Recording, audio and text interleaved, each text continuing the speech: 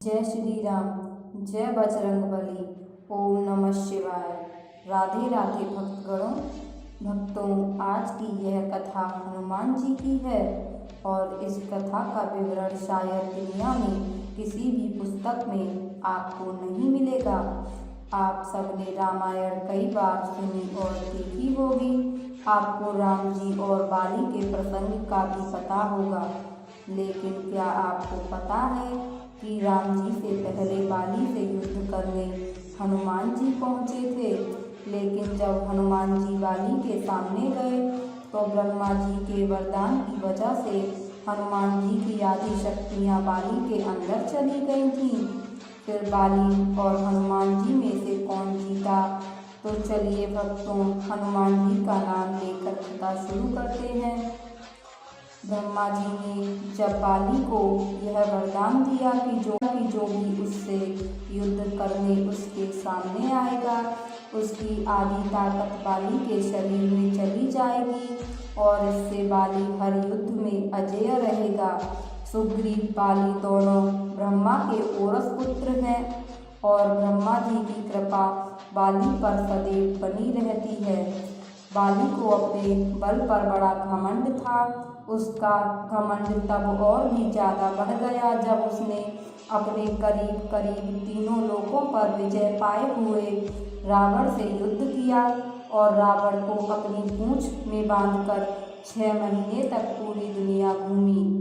रावण जैसे योद्धा को इस प्रकार हराकर बाली के घमंड की कोई सीमा ना रही। अब वो अपने आप को संसार का सबसे बड़ा योद्धा समझने लगा था और यही उसकी सबसे बड़ी भूल हुई। अपने ताकत के मद में चूर बाली एक दिन एक जंगल में पेड़ पौधों को तिनके के समान उखाड़ कर फेंक रहा था। हरे भरे वृक्षों को तहस नहस कर दे रहा था। अमृत समान जल के सरोवरों को मिट्टी से मिलाकर कीचड़ कर दे रहा था। एक तरह से ताकत के नशे में बाली पूरे जंगल को उजाड़ कर रख देना चाहता था और बार बार अपने से युद्ध करने की चेतावनी दे रहा था।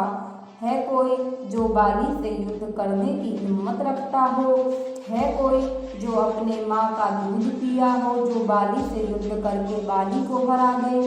इस तरह की गर्जना करते हुए बाली उस जंगल को तहस नहस कर रहा था। संयोगवश उसी जंगल के बीच में हनुमान जी राम नाम का जाप करते हुए तपस्या में बैठे थे। बाली की इस हरकत से भगवान हनुमान को राम का नाम जाप करने में विघ्न होने लगा और हनुमान जी बाली के सामने जाकर बोले, हे वीरों के वीर, हे ब्रह्म अंश, हे राजकुमार बाली, क्यों इस शांत जंगल को अपने बल की बलि दे रहे हो? हरे भरे पेड़ों को उखाड़ फेंक रहे हो, फलों से लदे वृक्षों को मसल दे रहे हो, अमृत समान सरोवरों को दूषित मलिन मिट्टी से मिलाकर उन्हें नष्ट कर रहे हो। इससे तुम्हें क्या मिलेगा? तुम्हारे औरस पिता ब्रह्मा के वरदान स्वरूप कोई तुम्हें युद्ध में नहीं हरा सकता, क्योंकि जो कोई तुमसे युद्ध करने आएगा उसकी आधी शक्ति तुम में समाहित हो जाएगी। इसीलिए हे कपि राजकुमार, अपने बल के घमंड को शांत कर और राम नाम का जाप कर। इससे तेरे मन में अपने बल का भान नहीं होगा और राम नाम जाप करने से ये लोक और परलोक दोनों ही सुधर जाएंगे। इतना सुनते ही बाली अपने बल के मद में चूर हनुमान जी से बोला, ए तुच्छ बालक, तू हमें शिक्षा दे रहा है? राजकुमार बाली को, जिसने विश्व के सभी योद्धाओं को धूल चटाई है और जिसकी एक हुंकार से बड़ा पर्वत भी खंड खंड हो जाता है, जा तुच्छ बानर, जा और तू ही भक्ति कर अपने राम की। और जिस राम की तू बात कर रहा है वो है कौन? और केवल तू ही जानता है राम के बारे में।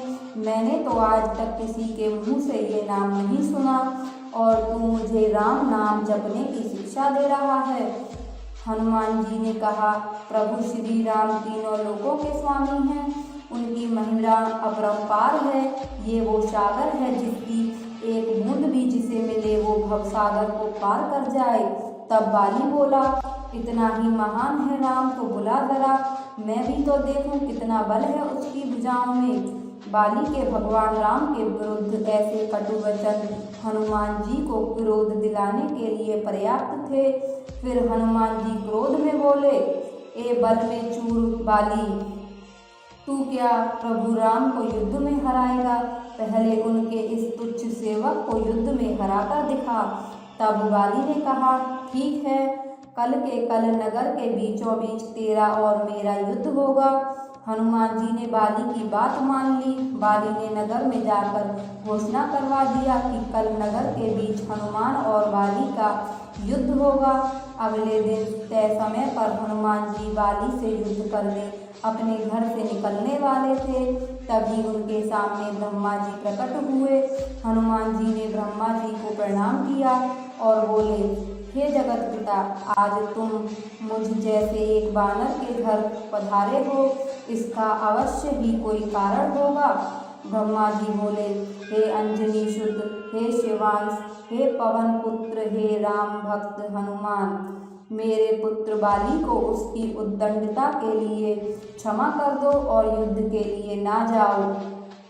लेकिन हनुमान जी बोले, हे प्रभु, बाली ने मेरे बारे में कहा होता तो मैं उसे क्षमा कर देता, परंतु उसने मेरे आराध्य श्री राम के बारे में कहा है, जिसे मैं सहन नहीं कर सकता, और मुझे युद्ध के लिए चुनौती दिया है, जिसे मुझे स्वीकार करना ही होगा, अन्यथा सारे विश्व में ये बात कही जाएगी कि हनुमान कायर है, जो ललकारने पर युद्ध करने इसलिए नहीं जाता क्योंकि एक बलवान योद्धा उसे ललकार रहा है।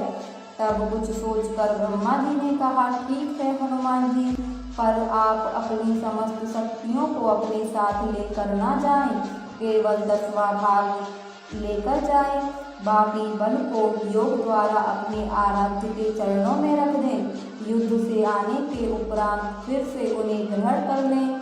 हनुमान जी ने ब्रह्मा जी की बात का मान रखते हुए वैसा ही किया और बाली से युद्ध करने घर से निकले। उधर बाली नगर के बीच में एक जगह को अखाड़े में बदल दिया था और हनुमान जी से युद्ध करने को व्याकुल होकर बार बार हनुमान जी को ललकार रहा था। योद्धाओं के युद्ध को देखने के लिए जमा था। हनुमान जी जैसे ही युद्ध स्थल पर पहुँचे, बाली ने हनुमान को अखाड़े में आने के लिए ललकारा। ललकार सुनकर जैसे ही हनुमान जी ने एक पांव अखाड़े में रखा, उनकी आदि शक्ति बाली में चली गई। बाली में जैसे ही हनुमान जी की आदि शक्ति समाई, उसके शरीर में बदलाव आने लगे। उसके शरीर में ताकत का सैलाब आ गया। बाली का शरीर बल के प्रभाव में फूलने लगा। उसका शरीर फटकर खून निकलने लगा। तब बाली को कुछ भी समझ नहीं आ रहा था। उसी समय ब्रह्मा जी उसके सामने प्रकट हुए और उससे कहा, पुत्र, जितना जल्दी हो सके यहाँ से दूर, अति दूर चले जाओ। बाली को उस समय कुछ भी समझ नहीं आ रहा था। वो सिर्फ ब्रह्मा जी की बात को सुना और सरपट दौड़ लगा दिया। 100 मील से ज़्यादा दौड़ने के बाद बाली थककर गिर गया। कुछ देर बाद जब उसे होश आया तो उसने अपने सामने ब्रह्मा जी को देखकर कहा, ये सब क्या है? हनुमान से युद्ध करने से पहले मेरे शरीर का फटने की हद तक फूलना, फिर अचानक वहाँ आपका आना और ये कहना कि वहाँ से जितना दूर हो सके चले जाओ, मुझे कुछ समझ नहीं आया। ब्रह्मा जी बोले, पुत्र, जब तुम्हारे सामने हनुमान जी आए तो उनका आधा बल तुमसे तुम्हारे अंदर समा गया, तब तुम्हें कैसा लगा? बाली बोला, मुझे ऐसा लगा जैसे मेरे शरीर में शक्ति की सागर लहरें ले रही हैं। ऐसा लगा जैसे इस समस्त संसार में मेरे तेज का कोई सामना नहीं कर सकता, पर साथ ही साथ ऐसा लग रहा था जैसे मेरा शरीर अभी फट पड़ेगा। ब्रह्मा जी बोले, हे बाली, मैंने हनुमान जी को उनके बल का केवल 10वां भाग ही लेकर तुमसे युद्ध करने को कहा, पर तुम तो उनके 10वें भाग के आधे बल को भी नहीं संभाल सके। सोचो, यदि हनुमान जी अपने समस्त बल के साथ तुमसे युद्ध करने आते तो उनके आधे बल से तुम उसी समय फट जाते। जब वो तुमसे युद्ध करने घर को से निकलते। इतना सुनकर बाली पसीना पसीना हो गया और कुछ देर सोचकर बोला, प्रभु यदि हनुमान जी के पास इतनी शक्तियाँ हैं तो वो इसका उपयोग कहाँ करेंगे। तब ब्रह्मा ने कहा, हनुमान जी कभी भी अपने पूरे बल का प्रयोग नहीं कर पाएंगे, क्योंकि ये पूरी सृष्टि उनके बल के 10वें भाग को नहीं सह सकती। ये सुनकर बाली ने वहीं हनुमान जी को दंडवत प्रणाम किया और बोला, जो हनुमान जी जिनके पास अथाह बल और होते हुए भी शांत और राम भजन गाते रहते हैं, और एक मैं हूँ जो उनके एक बाल के बराबर भी नहीं हूँ और उनको ललकार रहा था, मुझे क्षमा करें। और आत्मग्लानि से भरकर बाली ने भगवान राम का तप किया और अपने मोक्ष का मार्ग उन्हीं से प्राप्त किया।